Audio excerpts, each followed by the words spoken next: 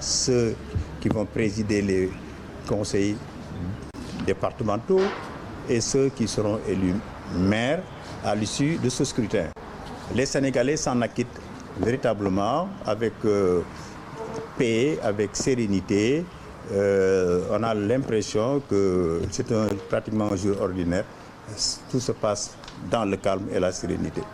Des dysfonctionnements notés dans certains centres de vote, des centres où des bureaux n'ont pas de bulletins.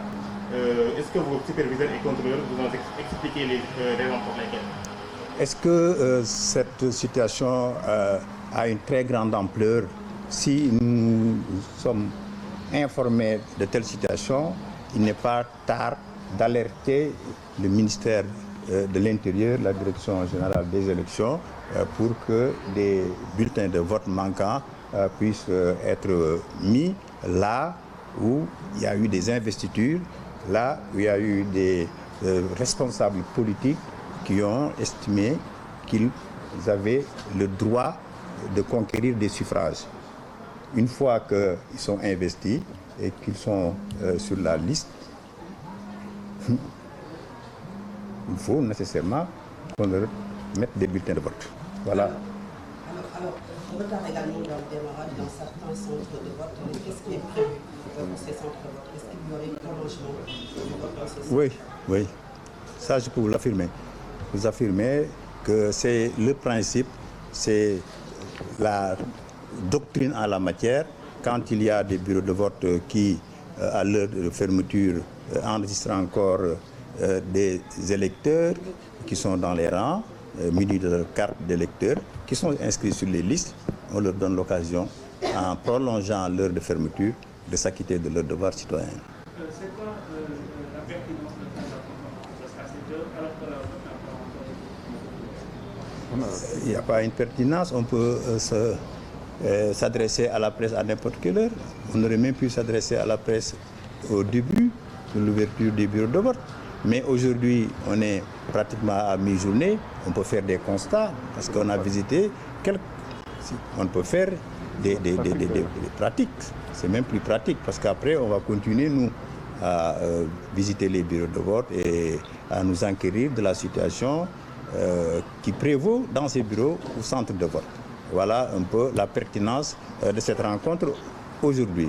Je ne trouve pas cela impertinent. En tout cas, ils sont nombreux, les journalistes, et les questions peuvent être posées. Est-ce que vous avez déjà des données concernant la participation dans cette mi-journée? En cette mi-journée, nous avons des statistiques qui indiquent que le taux de participation est à peu près de 90%. 90%?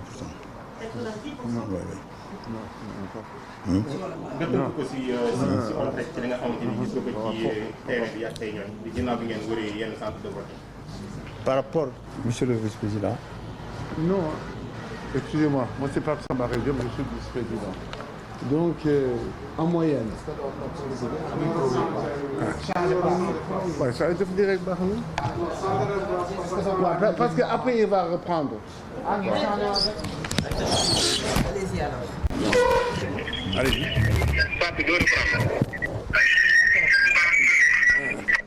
Donc, on s'est rendu compte, donc, pour les statistiques, à 10 heures, nous étions à peu près à 13 ou 14%.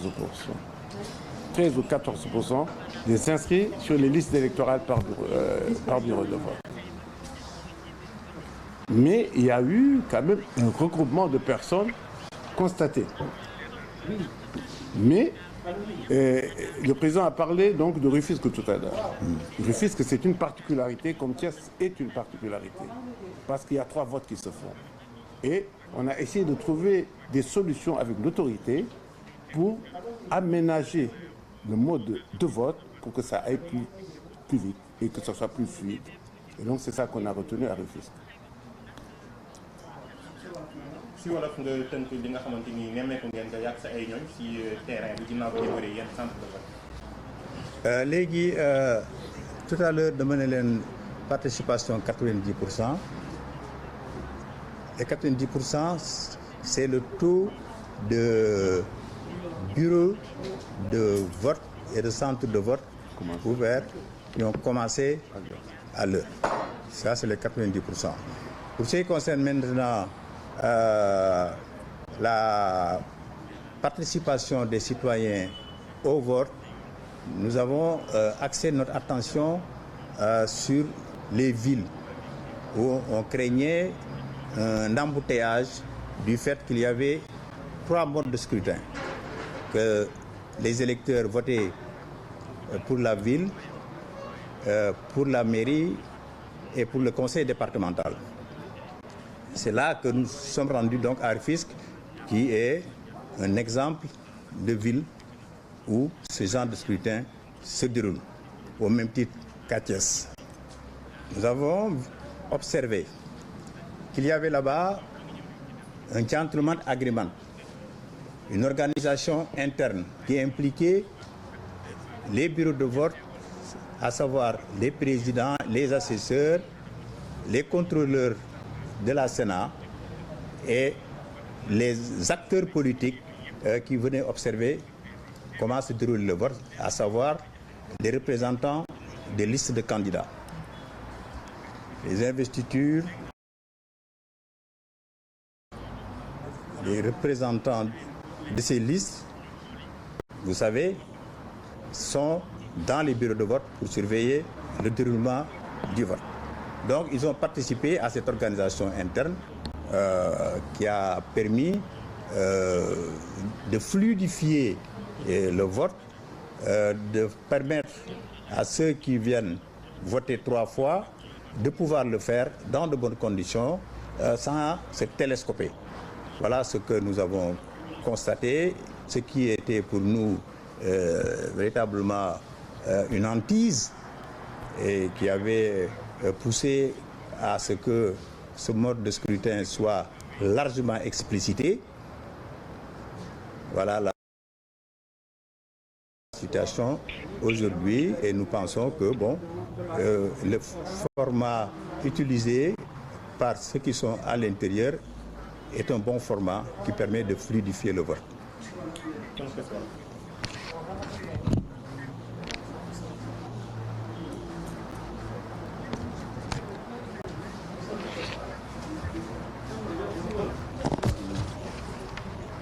léegi le vice-président expliqué na leen ko ci wolof mën naa ko jëlaat ci wolof. Voilà, c'était Doudou Ndir, le président de la SEDA.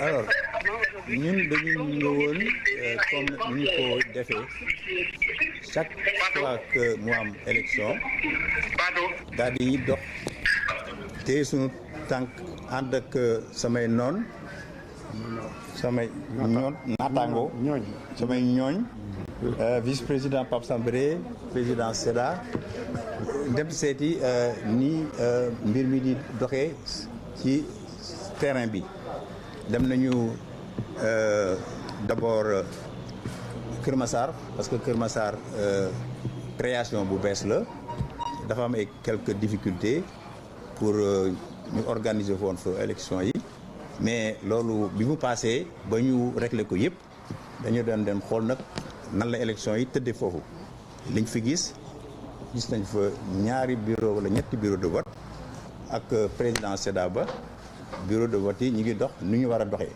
nit ñaa ngi dugg ni ñu war a duggee amul buuxante ñëpp a ngi teey ci biir bureau de vote yi membre du bureau de vote yi ñu ngi wan askan wi nan la ñu waree askan wi ñu ngi voté ni mu waree vote bi mi ngi def yoon gisuñu fa dara loo xam ne am na fa gàllankoor bañ fa jógee dem nañu Tëngéej li tax ñu dem Tëngéej parce que Tëngéej vote bi foofu dafa xala jafe tuuti lu tax mu wax loolu parce que ñetti vote moo fa na fay am votu maire votu commune maire de ville commune ak votu département muy ñett maire de ville commune ak département conseil départemental ba muy ñetti vote donc ñetti urne ñoo fa am bi fa demee gis nañu ne ñoom ci seen biir dañu déggoo membre de bureau de vote yi contrôleur u Sénat yi ak ñi nga xam ne dañ fa toogal coalition de partis yi ñi nga xam ñooñu généralement dañuy dugg ci bureau de vote yi toog fa di xool ni vote bi laloo ñooñu dañu seen biir waxtaan ne bu fekkee ne dañu bëgg vote bi jaar yoon gaaw comme ñetti urne moo am il faut ñu organiser ko déggoo ci am lu ñu tëral takk ko noonu ñu def ba ñu demee ñun gis nañu vote bi ñu amoon ay tiitaange vote bi mi ngi jaar ci yoon en tout cas Tëngéej liñ ci mënta seede ñun ñaa ngi dugg ñi ngi jël seen bulletin ñett urne yi ñi ngi dem dugal seen bulletin ci ñetti urne yi génn dem keneen ñëw dugg def loolu génn dem amul buuxante amul teesante donc foofu yaakaar nañ ne bu fekkee ne noonu lay doxee ñàkkul peut-être mu yàgg tuuti dina yàgg nag xëy na mu yàgg même bu yàggee tamit mun nañu pousse heure u fermeture bureau de vote yi pour permettre Sénégalais yi ñu voté ko mais daal li ñu may mun a jàpp li ñu mën a jàpp mooy nit ñaa ngi dem di voté bari nañu te buuxantewuñu te amul fenn fu ñu gis ay histoire wala xiiroo wala ŋaayoo voilà loolu lañ mën a wax. ñu nemmeeku ay rëkk-rëkk si yenn bureau yeeg centre de vote yi bureau yoo xamante ni amul bulletin wala yoo xamante ni amul enveloppe est-ce que ñi ngeen yebal ci centre yi wax nañ leen lan moo waral li ni mel. ñi nekkal ci centre yi bu ñu amee problème dañu koy yéegal wax ñu ko ñun ñu déggoo ak ministère de l'intérieur direction générale des élections parce que ñoom ñooy teg bulletin yi ñoom ñoo koy ranger batterie électorale bi ñoom ñoo koy séddale ci bureau de vote yi ak ci centre de vote yi bu fekkee ne nit investir nañ ko ba mu nekk ci liste bi war a voter jour vote bi bulletin de vote bu listam war na nekk ci biir bureau de vote bi bu fa nekkulee loolu mënul nekk c'est pas normal loolu kooku dañuy wax ministère de l'intérieur direction générale des élections ne ko béréb sangam am na fa ay bulletin de vote yu fa nekkul te ñooñu investir nañ leen am nañu droit ñu voter leen donc loolu fexeel ba dans la journée nga am doo ko réglé loolu mooy yoon. mu am foo xam ne tamit élection bi vote bi dafa yéex a commencé est-ce que jël ngeen ay mesures foofu noonu ndax pour ñu yokk ko wala. yëg vote bu mat a commencé à l'heure wala vote bu commencé tardé kooku dafay am léegi maa ngi leen wax léegi tout à l'heure ne à 90% ah ñun constaté nañu vers 10 heures que bureau de vote yëpp ubbiwu nañu am na bureau de vote yu ubbiwul nag parce que 90% il y a 10% de bureaux de vote qui n'ont pas été ouverts et mis à disposition des électeurs à temps loolu dañ koy rectifier bu fekkee ne am na bureau de vote boo xam ne bariwul nit bon mun nañ sax tardé ubbi mais vote bi sax mun na fa jeex avant 6 heures mais bu fekkee ne bureau de vote boo xam ne dafa bari nit tardé bu vote bi naree serré dañuy koy pousse heure de fermeture du bureau bi maanaam dañuy tëj bureau bi un peu plus tard pour ñi nga xam ne tardé nañu mën a voter loolu moom c'est la règle kooku de tout temps nañuy def. Je peux ajouter. Oui. C'est bon. C'est bon. Mais, monsieur, à titre indicatif. À titre indicatif. Ma ne à titre mu nga fële ca jàmm gën Sicap Mbao moom mi ngi foofu moom it Modou Fall gannaaw bu ma la nuyoo nga féete foofu ca jàmm gën Sicap Mbao ma bàyyi la yow it nga ñëw ci rek li gën a fës foofu. waaw Fatou Kiné di la nuyu di nuyu Charles kon gis ngeen ni nii maa ngi ci centre bu ñu tuddee école des Niayes donc bi ñu wëree nga xam ne moom moo di commune Diamaguène Sicap Mbao.